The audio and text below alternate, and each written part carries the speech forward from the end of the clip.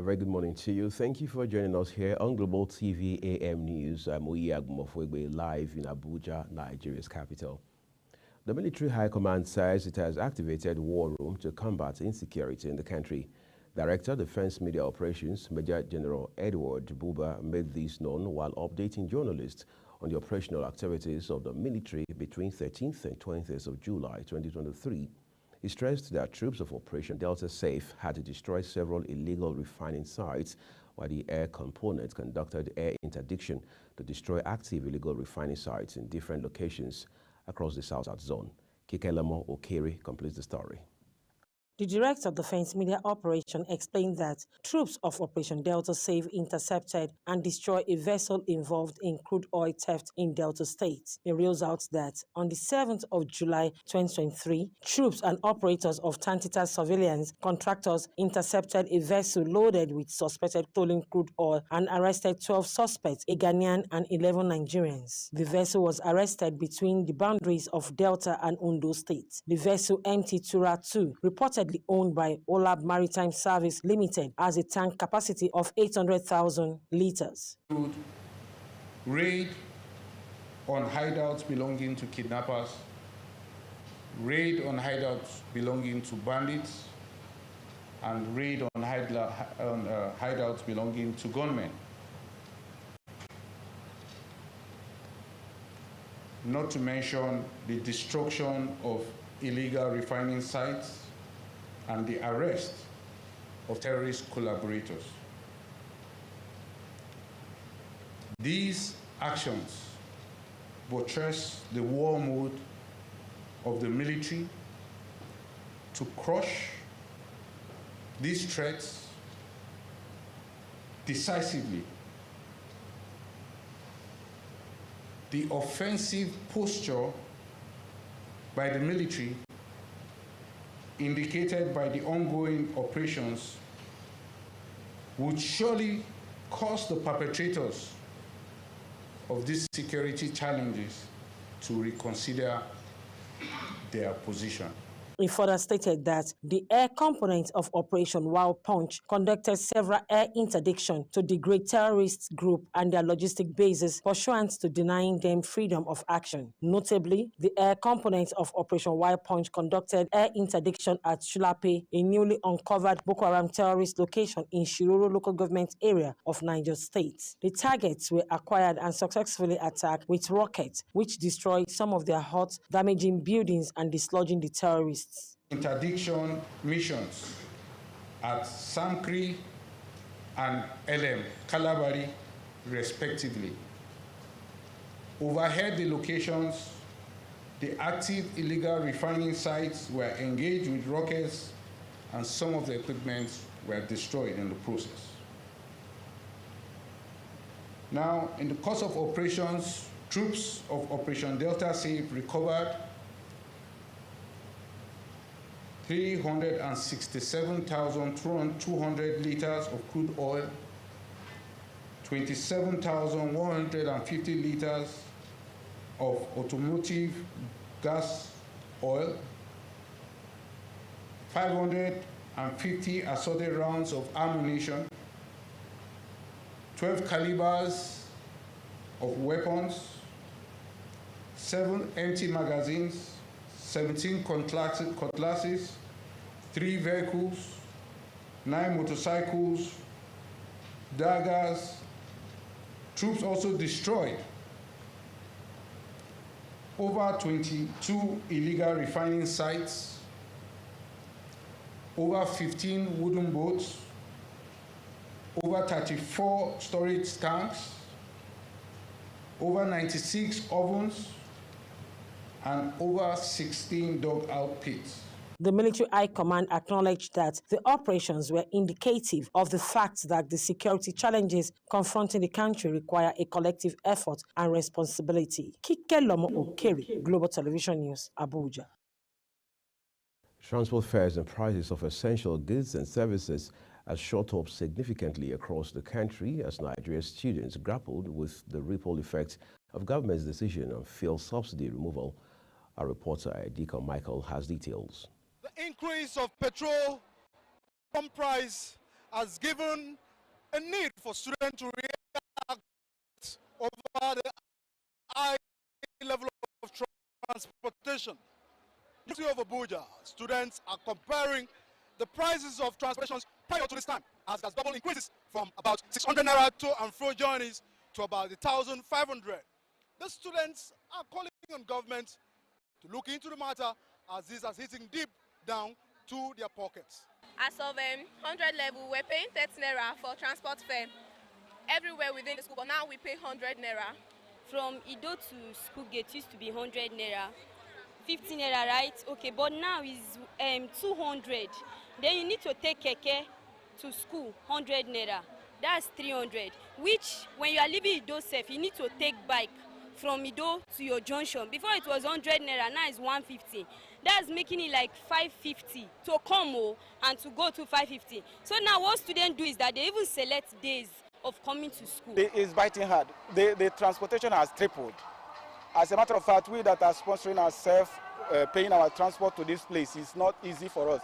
We even had to reduce the days of lectures to 4 days, but it's still not very. It still has a serious effect on our budget. Honestly, the transport price is too high. You know, I transport myself from Suleja to the school.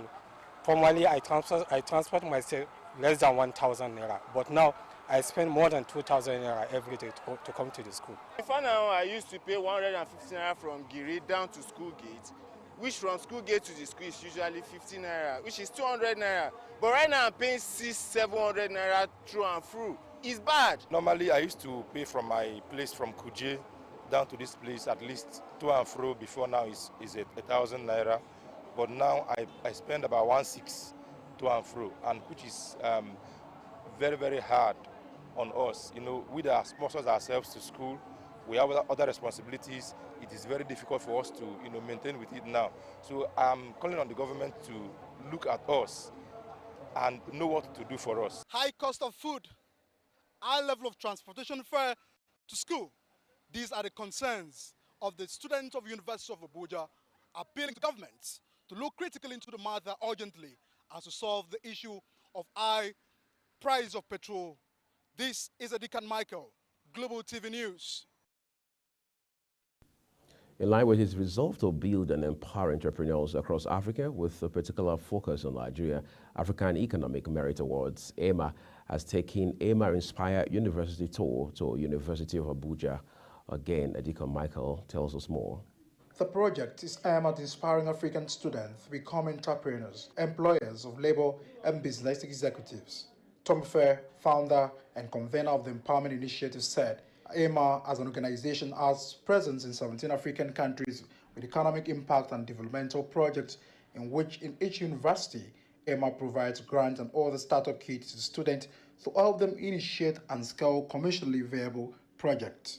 It's actually from the unemployment in the African system, and also the feeling of how undergraduates lament about their fear for unemployment. That successful professionals will mentor the student entrepreneurs to enable them build lasting enterprise. We are creating entrepreneurs, and these entrepreneurs will employ more people and take off a lot of people from the labor market to become workers and add to the Nigerian and African economy. So it's a huge avenue to contribute to the Nigerian economy, to the African economy.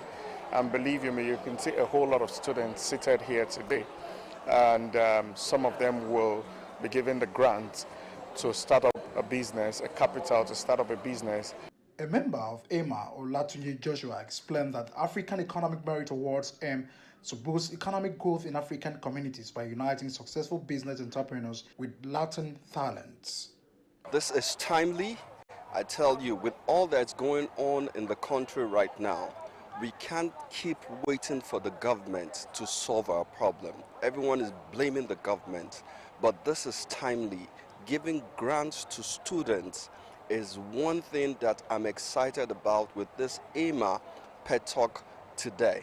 We're going to be inspiring young entrepreneurs, not just to come to school and start looking for a job after they finish school, but they have the mind to be able to start up their business. Participating students said that the grant will be a moral booster for them, applauding AMA for facilitating life-touching initiatives. My idea is to set up a storage facility at the outskirts of the FCT, especially where we store grains, especially during the harvesting seasons, and we now sell them when the time is needed and when they are most needed and scarce at the market. Edikan Michael reporting for Global TV News. House of Representatives has urged President Bola Tinubu to lift the embargo on employment in ministries, departments, and agencies of the federal government. Consequently, the House urged the Federal Civil Service Commission and bodies to immediately act upon the President's directive in this regard. This was as the House adopted the motion moved by Francis Ejirogene from Delta State at plenary on Wednesday. Moving the motion, Ejirogene said the immediate past administration had placed an embargo on employment in federal ministries, departments, and agencies of the federal government. He said the Ninth House had passed a resolution calling on the then president to lift the embargo on employment, and there were reports on social media that the action was not taken. However, there is no evidence of any employment that took place, he said. A federal high court in Abuja has ordered the Department of State Services, DSS, to allow detained leader of the proscribed indigenous people of Biafra, IPOB, Nnamdi Kanu, access to doctors of his choice and medical records. Justice Bita Yanko issued the order on Thursday in a judgment in a suit filed by Kanu, a team of his lawyers led by Michael Zekome, SAN. Justice Yanko held that Kanu was constitutionally entitled to be allowed access to both medical doctors of his choice and his medical records despite being held in custody.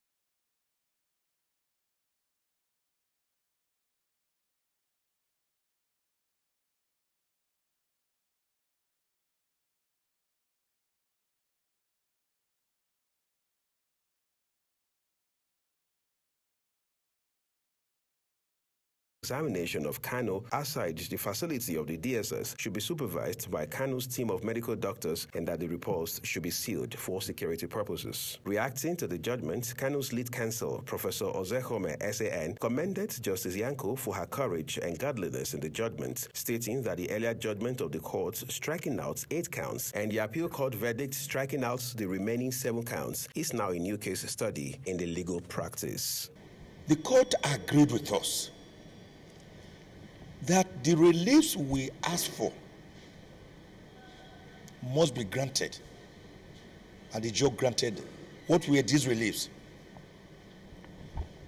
That Nnamdi Kanu be allowed access to medical doctors of his own choice, as earlier also ruled by this honorable court since October 2021, but which ruling was continuously, serially, and contumaciously breached by the SSS.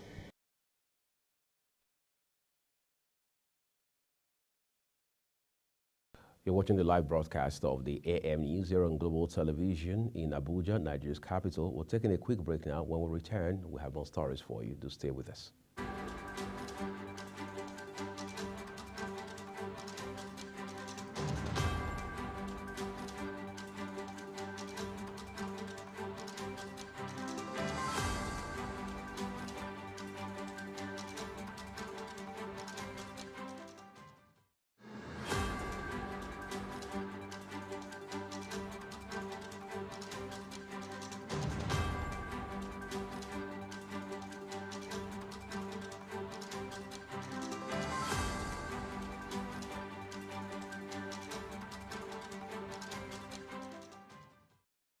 Thank you for staying with us here on the AM News. In a major step towards bolstering Nigeria's energy security and promoting the utilization of its abundant gas resources, NNPC Limited and UTM Offshore Limited have in Abuja signed a heads of teams agreement for the construction of the nation's first indigenous floating LNG project.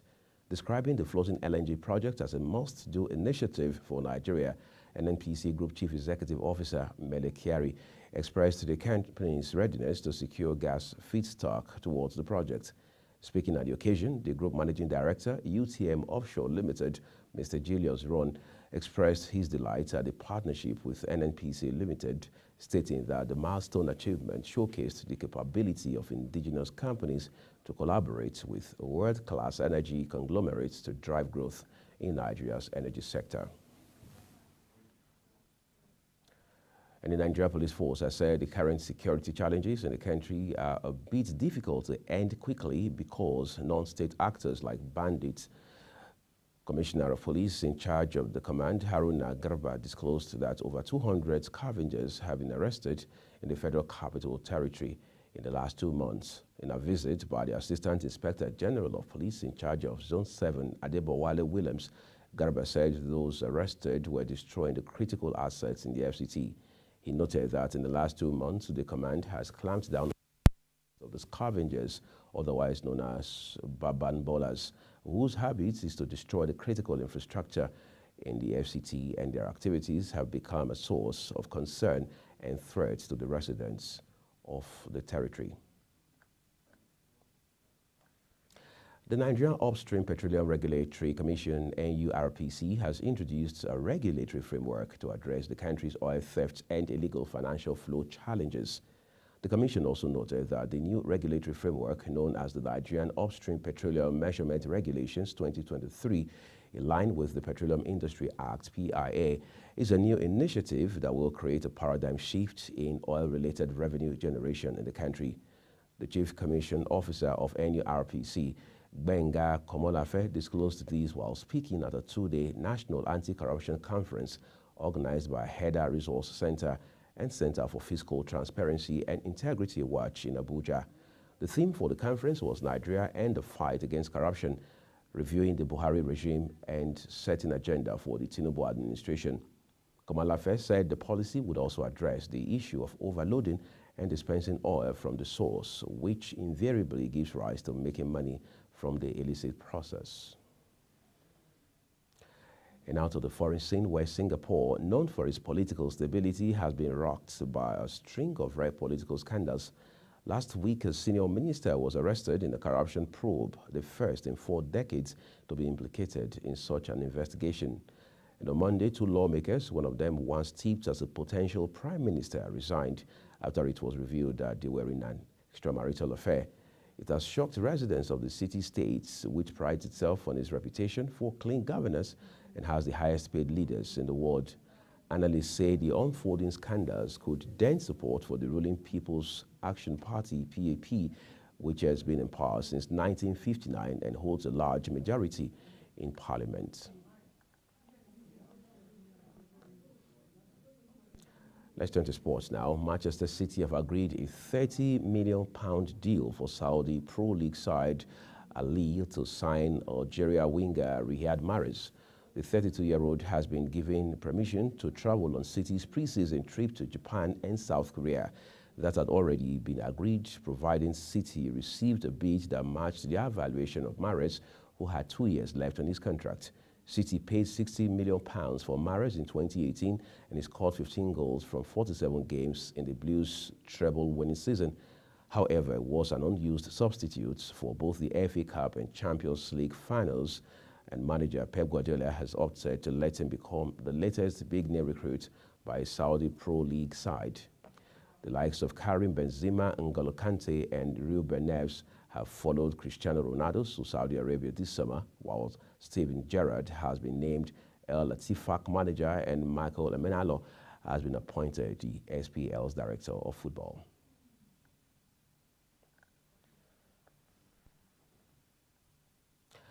Fidelisi Ngoena has the rest on Sports Update. Host nations New Zealand and Australia have opened their 2023 Women's World Cup Group B campaign in similar fashion, as New Zealand beat 1995 Women's World Cup winner Norway by a lone goal and Australia edging out debutant Republic of Ireland by same margin. The fans of New Zealand failed to utilize several chances, despite dominating their opponents until Wilkinson's goal made the difference in the Group A match.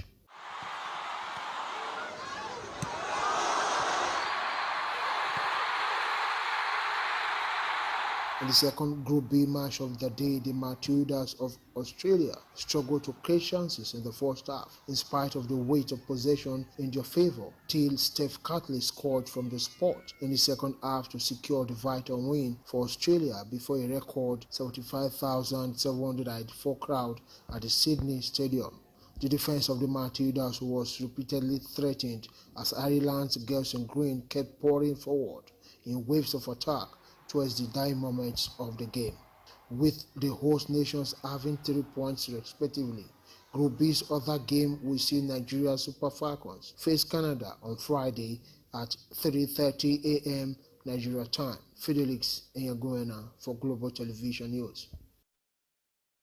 And finally, the Women's World Cup has commenced, and we understand that Australia and New Zealand ended their match, the very first of it, in the series of many more to come in goalless draw. Nigeria-Canada ended goalless draw. That's what we're leaving it here on the news. Thank you everyone for watching. We appreciate the time you spent with us. Global Morning begins shortly. I am Uyag Mofwegbe. See you soon.